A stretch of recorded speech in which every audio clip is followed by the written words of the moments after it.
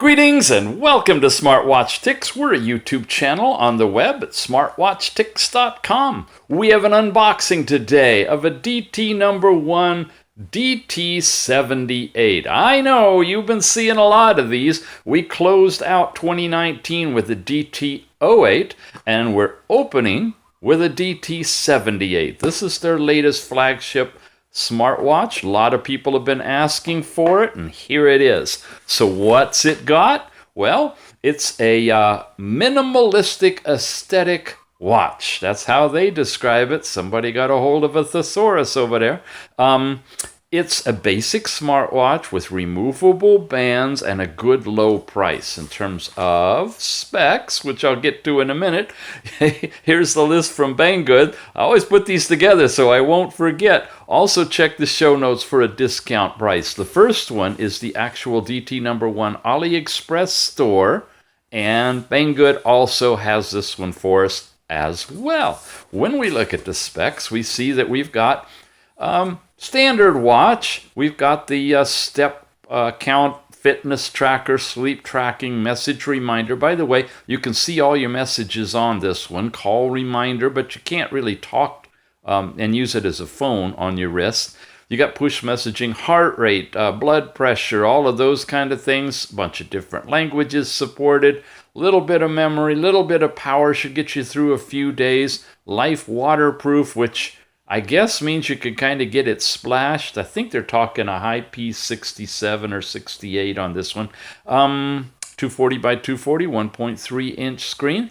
And this is kind of fun. I haven't seen this before. Here's your overall measurements. We've seen that. But look at this. It tells you, given the hole placement on the bands, your minimum and maximum diameter wrist that it'll fit comfortably. So measure the circumference of your wrist and see if it's between 34 and 58 millimeters, and you're good to go. Let's unbox it. It floats in here in a little cardboard insert with the watch sitting right in the middle of it. You can bring it out, and you have the actual watch module itself, and this is really attractive. Got some plastic covers over it, one on the back and one on the front. You want to make sure you take those off. I'll just stick it on here for now. Charging ports, and of course, where you'd attach the bands. Then, when you open up here, you have the 2-pin charging connector, which looks like this, and it operates simply by magnetically coupling it to the watch. Good solid connection, standard type of a USB connector. And you have the color of bands. You may have noticed on the box there was a green dot. So I got the ones in green for a change. We haven't seen these. I'll put them on in a minute. And then the little bitty smartwatch manual with a lot of very small printing. So I'll run you through this and you can freeze frame it if you like to. We're of course going to go through it on our own. It uses the Wear Fit 2.0 app for tethering. And we've covered that before as well. So we're not going to spend time on the app. We're just quick review, just going to take a look at the device itself for you. Here's some of the icons and some of the things that the app will do. And then this side is all in Chinese. All right. Well, let's take this cover off. And then we will, wow, isn't that pretty? That is an attractive watch. I'll put the bands on and we'll give it a run through. Here it is on with a green silicone band, which is sweat resistant. Large number of holes on this, so that's why you have that big difference in the diameters of wrists that it'll fit. Quickly starts up, it vibrated, you've got an instant watch face on here, and it goes off again. If you've got it activated, the twist your wrist to show the time is very responsive and right there. When you swipe down, you can make this a flashlight, which turns the screen bright white, and you can see where you're going. Really handy. Bail out of that. You've got an overall brightness, and we are now at the fullest brightness, and here is the lowest setting. So you got a good range, and you can definitely see it outside. Seemed about right here for what we were doing. And then you got Do Not Disturb mode, and you can turn it on, and you can do a smart do not disturb mode, which I believe is set up then with the app, so it'll automatically go into do not disturb when you want it to, at night, for example. So you twist your wrist and vibration will not happen. Okay, it's going off on me really quick. If I swipe up, now I get into my app drawer, which shows me status of my step count. I just unboxed it, so we don't have any. Here's the messages pushed to you from the phone if you have it tethered for that. Your overall sleep time from last night, you're getting light sleep, deep sleep, awake time, not any REM sleeping. I noticed that, but that's really a sophisticated thing. Let's get going on here to another page. You see the dots on the side say your pages. Here you have your medical stuff, if you call it that, your basic body measurements, which includes heart rate, blood pressure, and blood oxygen. Now, all of these are being done with green diodes in the back, and as we've learned in the past, green diodes is okay for getting your heart rate. When you get into things like blood pressure and especially blood oxygen, you'll actually do better if you're using red diodes. So the blood pressure readings and the blood oxygen, I'd say take with a grain of salt. Confirm them first if you need that information to be accurate. Heart rate these days is getting pretty standardized and pretty close to being spot on.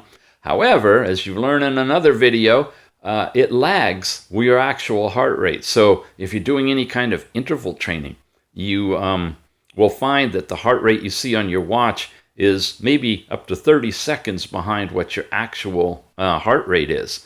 Okay, I'm talking a lot to try to give it a chance to measure, but you really need to be still for blood pressure to work. Blood oxygen is here now.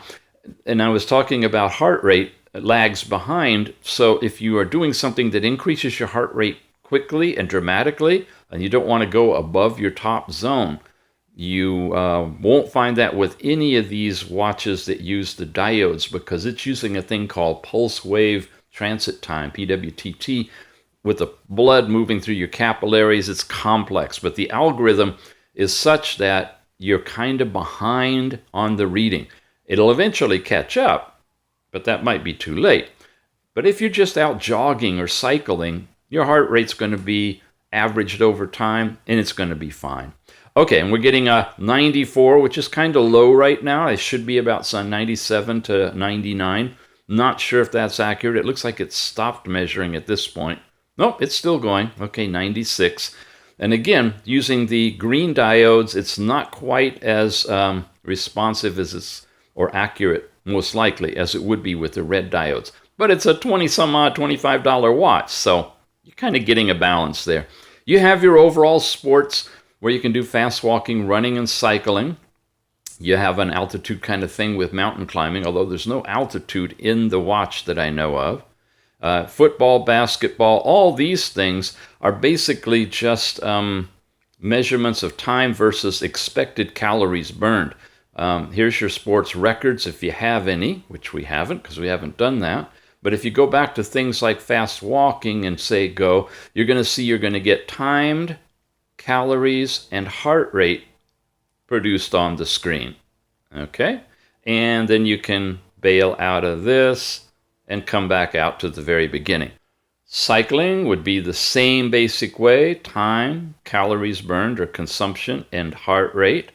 And we're not getting distance traveled or anything on it other than this basic stuff, because there's no GPS in here. And of course, tied to a pedometer, it really wouldn't make sense because you're not moving up and down to get distance from cycling. So again, all of these are just kind of a calorie thing. You have the ability to shake the watch to activate the camera as a remote camera when you're tethered to your phone. Same thing with music control. That's for music that's playing on your phone. You can turn it, stop and start it.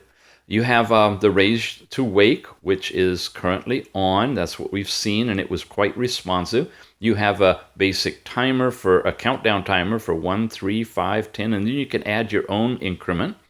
And screen time, how long? Thank goodness I can change it. I'm going up to a maximum of 15 seconds, that when you are in it like we are right now, it'll stay on for 15 seconds before turning off. You have a stopwatch feature, simple but nice large digits down to 1/100th of a second. You don't have split time capability though, but you can pause it. Find your phone when you're tethered, and overall settings tells you about the watch, what version it is, and you can factory reset or, of course, power down from right here. And that's it. That loops us around back to the beginning again, right? Okay. Then we went this way. We get any new messages that have been pushed to the watch from your phone. You can read them right there. You can't reply to them, though. And go this way, and you're automatically into heart rate. So you can take a quick heart rate, and that's it. It cycles back and forth that way, and that way, and that way. And if I go up, I can't go any further. And this way loops through all of the pages that you have stuff on. Finally, buttons. On-off button is here. Bottom button is on-off, it looks like, and probably takes us back to home wherever we are. Yep. And then watch faces. If we press and hold, we have a slew of watch faces on this one. How do we get to them? Okay, up and down. There's one. Here's a digital one. And it's edge-to-edge screen, which they're really talking up on this one. Oh, notice that one has your heart rate listed on an actual watch face as well as the power. Ooh, I should charge it up. It's pretty low. Here's another one. Few different watch faces. I'll just show you a little spattering of them so you get an idea. Oh, that's a fancy one, huh? Okay. Now, again, I have not done much with this watch. I haven't tethered it. So we're seeing low power, off time and date, but that's okay. It's a quick review we want to give you at the beginning of the year. Get this one up for you because a lot of people have been asking about the DT78. Have we run through them all again? Yeah, look at that. I think we have. Here's the digital one. I'll go back to that one. All right. So, again, the band is a very nice TPU band. It can come with a leather band as well. And you got your diodes down here and your sensor for heart rate. It's hermetically sealed, it looks like, a well-built watch. And it's the latest one from DTNo.1. Again, you can pick it up directly from their Aliexpress store for about $27. If I have a coupon discount for you, check for it in the show notes. And it's also available from our partner Banggood, who works with us together on DTNo.1 stuff. And they're going to be in a tiered thing, so the earlier you get it, the lower the price. But again, if I got a coupon deal for you, or if it's on flash sale, you should be able to find that by using the links we have here in the show notes. Okay, you've been watching Smartwatch Tics. We appreciate your subscription and being here, and welcome to 2020. And oh, by the way, when this goes up, it'll be my 5-year anniversary of this channel. Yep, January 5th, I believe it was, when we started this thing 5 years ago. Come a long, long way since then. Yeah, let's see what the next 5 years looks like. We'll see you again soon.